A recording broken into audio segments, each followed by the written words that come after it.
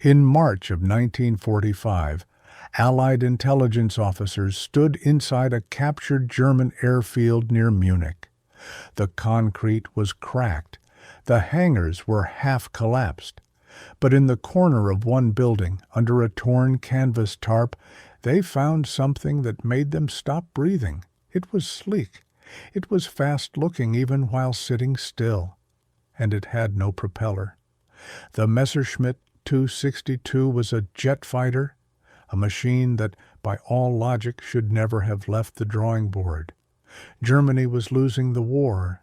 Fuel was scarce. Factories were bombed daily. Engineers were scattered. And yet this aircraft had flown. It had flown in combat, and it had terrified Allied bomber crews who had no answer for its speed. This is the story of a technological leap that arrived too late to change the outcome of the war, but early enough to change the future of aviation forever. It is a story of brilliance trapped inside chaos, of engineers who solved impossible problems while their nation crumbled around them, and of a machine that proved something haunting, that innovation does not wait for permission, and genius does not require victory. This was the day the jet age began, not in triumph, but in the ashes of a collapsing empire. The idea for a jet-powered fighter began long before the war turned desperate. In 1938, a young engineer named Willy Messerschmitt sat in his office in Augsburg, sketching something radical. He had just finished designing the Bf 109, the Luftwaffe's backbone. But he was already thinking beyond propellers. He knew that traditional engines had a speed limit. No matter how much power you added, the propeller blades eventually hit a wall, literally spinning so fast they lost efficiency. Messerschmitt wanted to remove the propeller entirely. He wanted to use jet propulsion, a technology so experimental that most of his peers dismissed it as a fantasy. The concept was simple in theory. Suck in air at the front of the engine, compress it, mix it with fuel, ignite it, and let the explosion shoot backward, pushing the aircraft forward. No moving blades, no pistons, just controlled fire and thrust. But in practice, the challenges were enormous. The turbines inside the engine had to spin at thousands of revolutions per minute without melting. The fuel consumption was astronomical, and the materials needed, special alloys that could withstand extreme heat, were rare and expensive. Most German officials told Messerschmitt to focus on more practical projects. But he kept sketching. By 1940 he had a partner. A brilliant engine designer named Anselm Franz had developed a working turbojet called the Jumo 004. It was loud, it was hungry for fuel, and it worked. Messerschmitt paired two of these engines with a radical airframe design: swept wings, a narrow fuselage, and tricycle landing gear. The result was the Me 262. On paper, it could reach speeds over 500 miles per hour, 100 miles per hour, faster than any Allied fighter. But paper meant nothing. The real test was whether it could fly without killing its pilot. On July 18, 1942, test pilot Fritz Wendel climbed into the cockpit of the first Me 262 prototype. The airfield was quiet. A small group of engineers watched from a distance. Nobody knew if the jet engines would ignite properly, or if the aircraft would tear itself apart at high speed. Wendel gave the signal. The Jumo engines roared to life, a sound unlike anything heard before. Not the throaty rumble of a propeller engine, but a high-pitched scream that seemed to tear the air in half. The aircraft rolled forward. It picked up speed, and then it lifted. For 7 minutes, the Me 262 flew. It was stable, it was fast, and it landed without incident. Wendel climbed out grinning, but the engineers were not celebrating. They had already spotted the fatal flaw. The Jumo engines were unreliable. They overheated after just 25 hours of operation. The turbine blades cracked under stress, and the fuel consumption was so extreme that the aircraft could only stay airborne for about 60 minutes before running dry. Worse, the engines took several seconds to spool up to full power. If a pilot throttled back during landing and then needed to go around, there was a dangerous lag.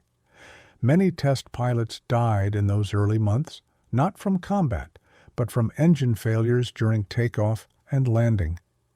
Records from Messerschmitt's test facility describe at least a dozen crashes between 1942 and 1944. The Me 262 was fast, but it was also a death trap. And yet the program continued, because by 1943 Germany was losing the air war. Allied bombers were pounding German cities day and night. The Luftwaffe needed something, anything, that could turn the tide. And the jet fighter, flawed as it was, represented hope. In November of 1943, Adolf Hitler visited the Messerschmitt factory. Engineers demonstrated the Me 262 in a flight display. Hitler watched the jet scream across the sky. He was impressed. But then he asked a question that would haunt the program for the next 2 years. Can it carry bombs? Messerschmitt hesitated. Technically, yes, the aircraft could be modified to carry a small bomb load. But that was not what it was designed for. The Me 262 was a fighter, built for speed and agility, meant to intercept enemy bombers. Turning it into a bomber would compromise its performance. Hitler did not care. He was obsessed with revenge. Allied bombers had devastated German cities. He wanted a fast bomber that could strike back, something the Allies could not intercept. He ordered Messerschmitt to redesign the aircraft as a bomber. The engineers were devastated. They knew this was a mistake. The Me 262's advantage was its speed and climb rate. Loading it down with bombs would make it slower, less maneuverable, and more vulnerable.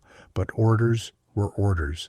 For months, precious time and resources were wasted trying to turn a fighter into something it was never meant to be. Meanwhile, Allied bombers continued their raids. Luftwaffe pilots flew outdated fighters and watched helplessly as B-17 formations cruised overhead, too high and too well protected to intercept.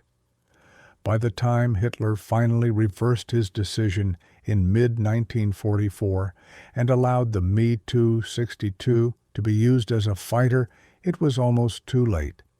Production had been delayed, factories had been bombed, and the war was slipping away. Despite the chaos, a small group of engineers kept the Me 262 alive. They worked in bombed-out factories. They hid prototype parts in barns and forests when Allied aircraft flew overhead. They scrounged materials from wrecked trains and salvaged fuel from abandoned depots. Anselm Franz, the engine designer, became a legend among his peers.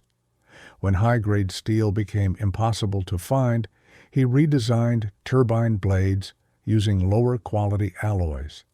When fuel supplies dried up, he modified the Jumo engines to burn a cheaper, dirtier mixture.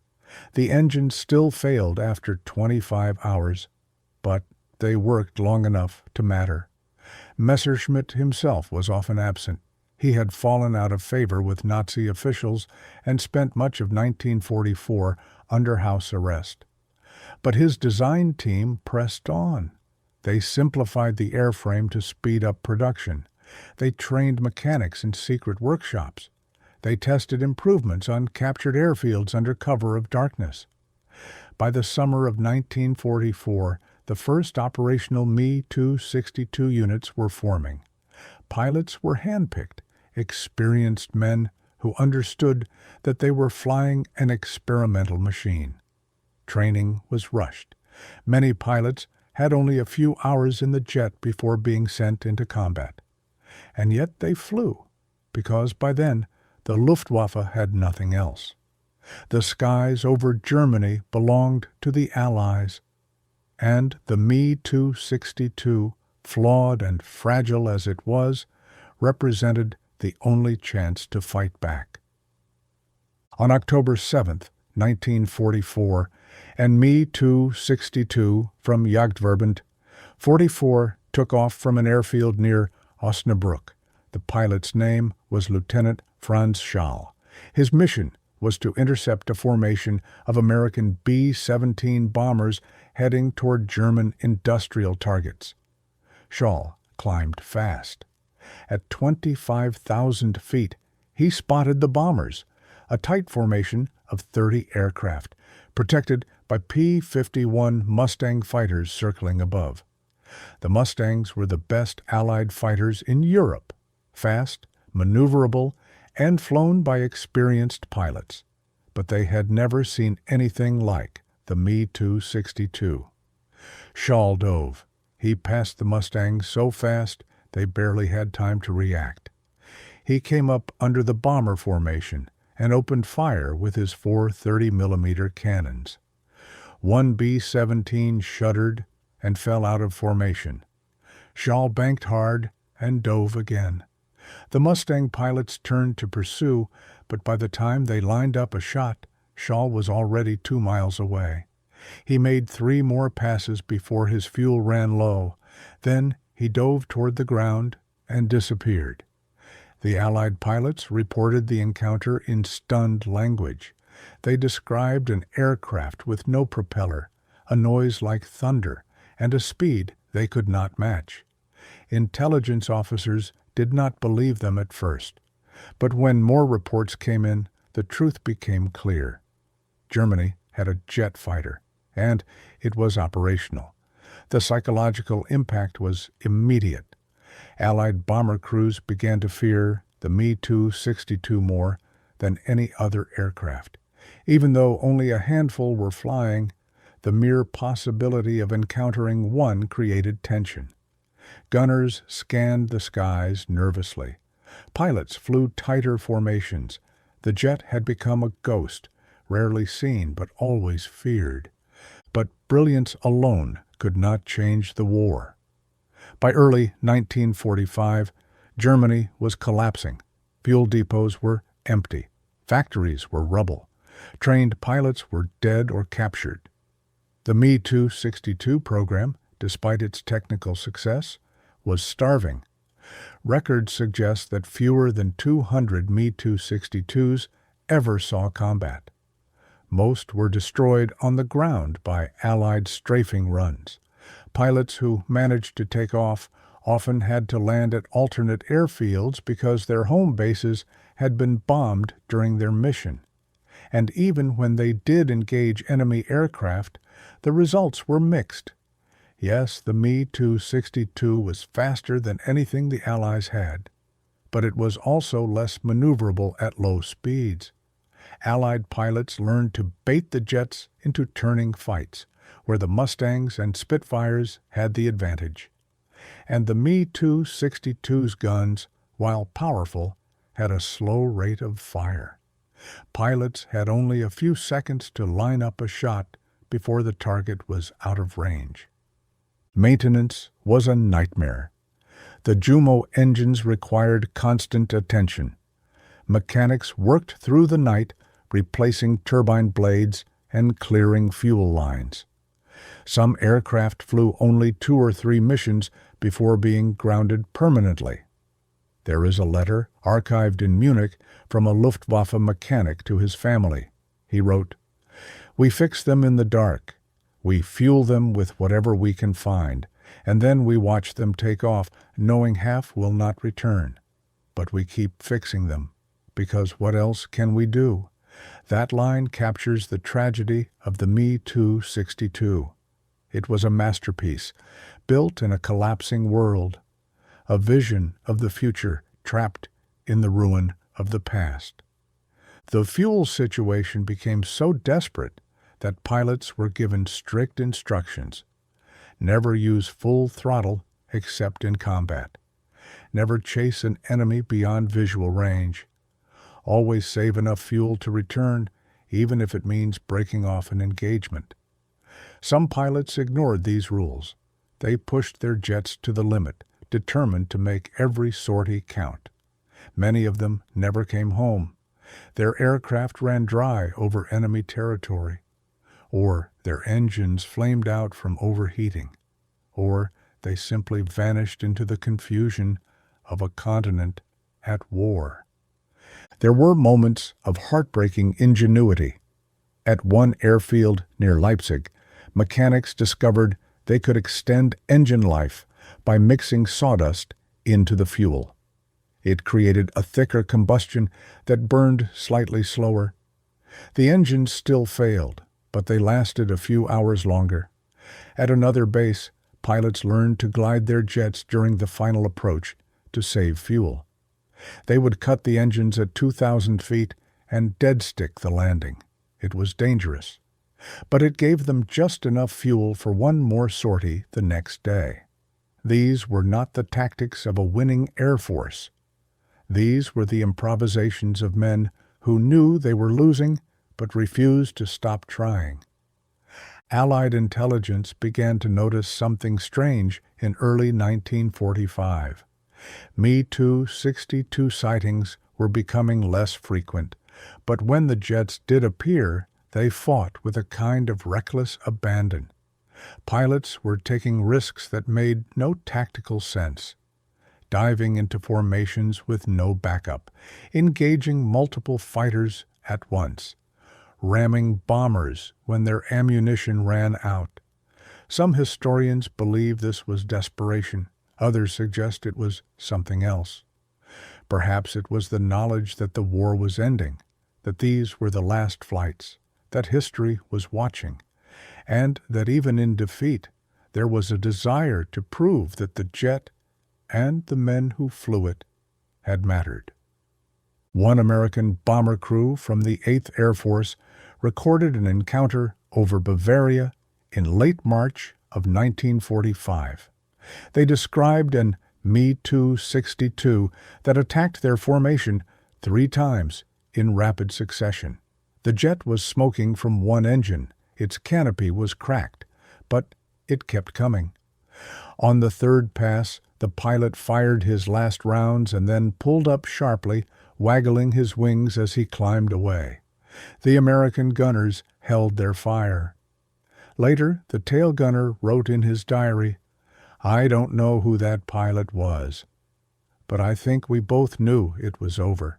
He wasn't trying to kill us. He was saying goodbye." In April of 1945, as Soviet forces closed in from the east and American troops advanced from the west, the last Me-262 units fought their final battles. The airfields were chaos. Ground crews burned documents and sabotaged equipment to keep it out of enemy hands. Pilots received contradictory orders, some told to evacuate south, others ordered to fight to the last. Many simply made their own decisions. Some chose to fly one last mission. On April 10th, a small group of Me-262s from Jagerschwader 7 took off from an airfield near Munich. Their target was a column of American tanks moving through the countryside. The jets dove low, strafing the column with cannon fire. But without bombs, the damage was minimal. The tanks returned fire. One jet was hit and crashed into a field. The others scattered. It was a futile gesture, but it was also a final act of defiance from men who had nothing left to lose. Others flew their jets to safety, hoping to preserve them for a future that no longer existed. One pilot, whose name remains unknown, landed his Me-262 in a farmer's field in Austria and asked the farmer to hide it under hay bales.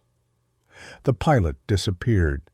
The jet was discovered by British troops 3 weeks later, intact and fully fueled, sitting under a pile of straw like some kind of mechanical ghost. There were darker stories, too. On April 19th, a group of jets took off from an airfield near Prague. Their mission was to disrupt Soviet ground forces, but they never made it. Allied fighters intercepted them minutes after takeoff. 2 jets were shot down immediately. A third was damaged and limped back toward German lines, trailing smoke. It crashed on landing, killing the pilot. The remaining aircraft scattered into the clouds and were never accounted for. No wreckage was ever found, no bodies recovered. They simply vanished into history. One of the last confirmed Me-262 sorties took place on April 25th over Berlin. The city was surrounded. Soviet artillery was pounding the ruins. And yet a single jet took off from Tempelhof Airport, dodged anti-aircraft fire, and climbed into the smoke-filled sky. Witnesses on the ground reported seeing it make a single pass over the city, flying low and fast, before turning west and disappearing. No one knows who the pilot was. No one knows where he went. Some believe he was trying to escape. Others think he was simply taking one last look at the capital before it fell. When the war ended on May 8th, Allied forces swept across Germany, cataloging what remained. They found Me-262s hidden in caves, buried in fields, and locked inside barns. Some were intact. Most were stripped for parts.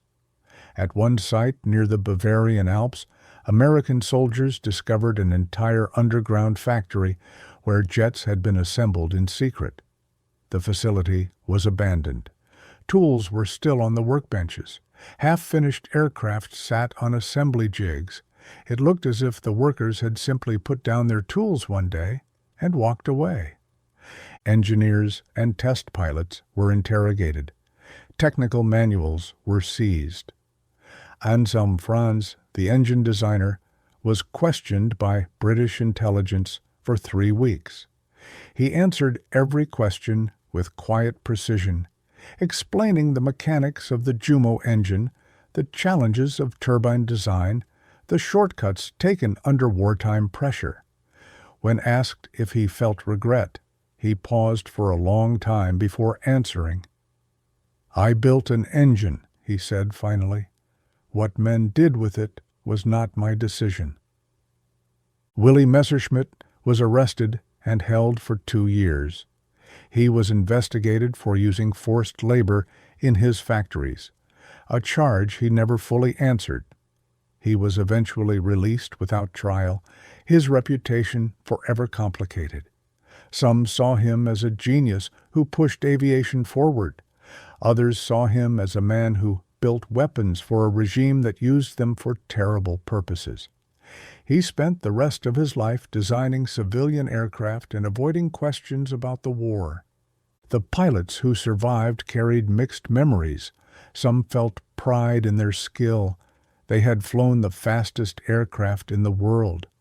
They had faced impossible odds and proven that courage and training mattered, even in defeat. Others felt only relief that the war had ended. A few, in letters and interviews recorded decades later, admitted that they had known, even then, that they were flying a losing cause. But they flew anyway, because that is what soldiers do, because orders are orders, and because in the chaos of war, sometimes the only thing left is duty. One former Me-262 pilot, interviewed in the 1980s, described his last flight. It was April 30th. He took off alone from an airfield that was under artillery fire. His mission was to intercept Soviet bombers. He climbed through the clouds and searched the sky, but he saw nothing. No bombers, no fighters, just empty air. He flew for 20 minutes, burning fuel he knew he could not replace. And then he turned back. He landed, taxied to the hangar, and shut down the engines. A mechanic approached and asked if he needed fuel for another sortie. The pilot shook his head. "No," he said, "I think we're done." He climbed out of the cockpit and walked away. He never flew again. The story of the Me-262 is not a story of victory.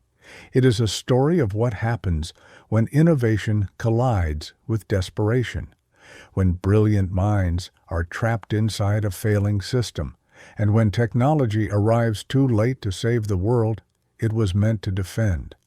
The aircraft itself was flawed. It was dangerous to fly, expensive to build, and impossible to maintain under wartime conditions. But it proved something important.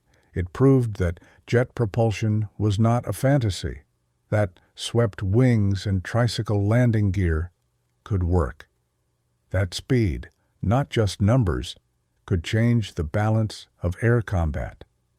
After the war, the Allies raced to capture as much German jet technology as possible.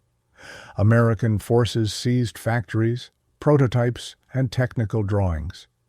British teams interrogated engineers and test pilots.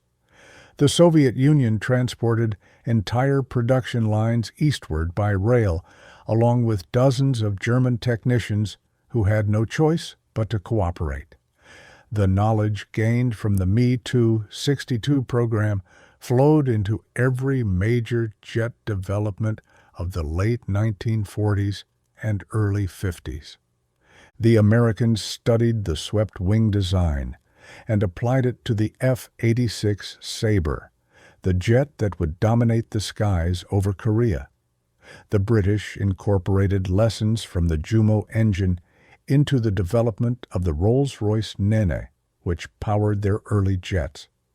The Soviets, with the help of captured German engineers, created the MiG-15, a fighter that borrowed heavily from Messerschmitt's work. The Me-262 did not win the war, but it won the future. Willy Messerschmitt was investigated by Allied authorities for nearly 2 years. He was never charged with war crimes, but his reputation was forever complicated. Some saw him as a genius who had pushed the boundaries of aviation. Others saw him as a man who built weapons for a terrible regime and profited from forced labor. He spent his later years designing civilian aircraft and gliders, working quietly in augmented and avoiding interviews. When asked once about the Me-262, he said only, "It flew." That was all I wanted. He died in 1978, respected by some, resented by others, and remembered mostly for a machine that changed aviation forever. Anselm Franz, the engine designer, moved to the United States in 1947 under Operation Paperclip. He worked for Lycoming, helping to develop turbine engines for helicopters and civilian aircraft. He was quiet, methodical, and avoided speaking about the war. His colleagues described him as a man haunted by what he had built and determined to use his skills for something better. When asked once about the Me-262, he said simply, "We made it fly. That was all we could do. Whether we should have is a question I cannot answer." He died in 1994, having spent the second half of his life trying to build engines that saved lives instead of taking them. The men who flew the aircraft, those who survived, carried mixed memories. Some felt pride in their skill. They had flown the fastest aircraft in the world under impossible conditions.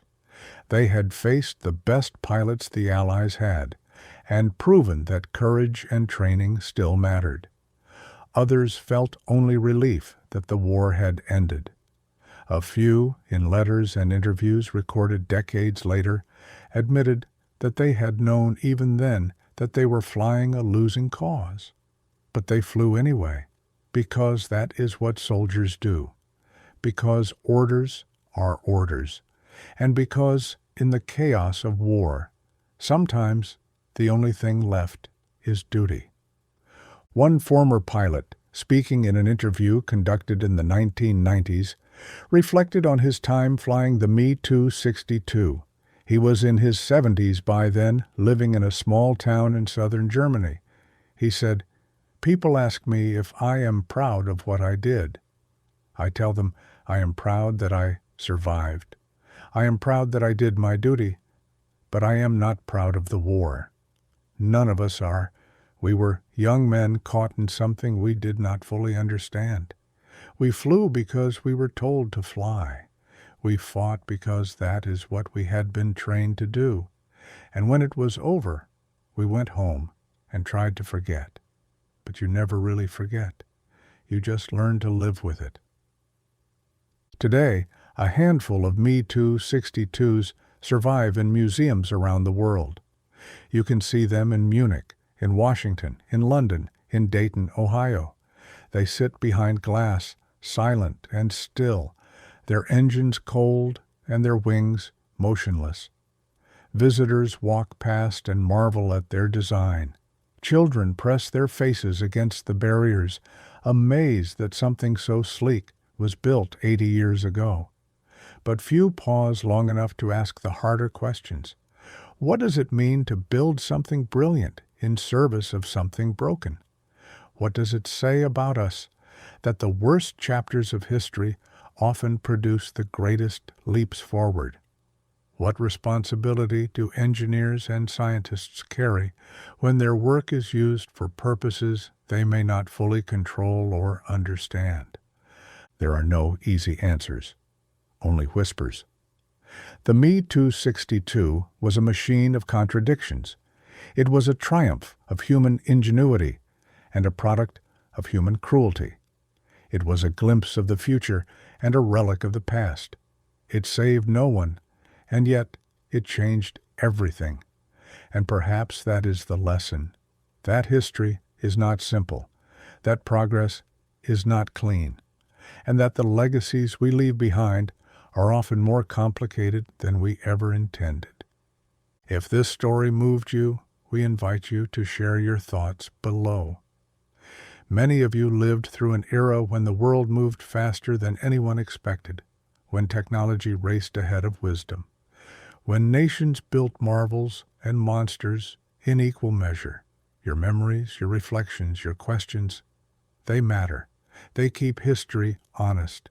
They remind us that behind every machine, every decision, every battle, there were people. Ordinary people trying to do their best in extraordinary times, and sometimes failing, and sometimes succeeding, and always, always, leaving behind questions for the rest of us to answer. In a busy world, thank you for taking these calm minutes to remember. Thank you for caring enough to listen. Thank you for understanding that history is not just dates and names and machines. It is stories. It is choices. It is the weight we carry forward, whether we want to or not.